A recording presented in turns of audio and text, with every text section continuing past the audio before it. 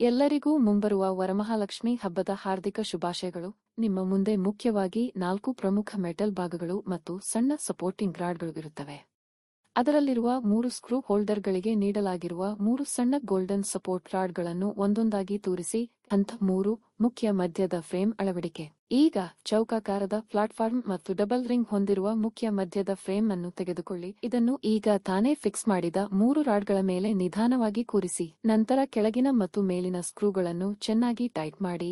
ಇದರಿಂದ ಸ್ಟ್ಯಾಂಡ್ ಅತ್ಯಂತ ಗಟ್ಟಿಯಾಗಿ ಮತ್ತು ಸುರಕ್ಷಿತವಾಗಿ ನಿಲ್ಲುತ್ತದೆ. ಹಂತ 4 ಭುಜ ಮತ್ತು ಕೈಗಳ ಸಪೋರ್ಟ್. ದೇವಿಗೆ ಸೀರೆ ಉಡಿಸುವಾಗ ಭುಜದ ಭಾಗ ಅಗಲವಾಗಿ ಕಾಣಲು ಮತ್ತು ಒಡವೆಗಳನ್ನು ಹಾಕಲು ನೀಡಲಾಗಿರುವ ಆಕಾರದ ಹಾಗೂ ಸೈಡ್ ವಿಂಗ್ಸ್ ಇರುವ ಮೆಟಲ್ ಭಾಗವನ್ನು ತುದಿಯ ಹೋಲ್ ಒಳಗೆ ತೂರಿಸಿ.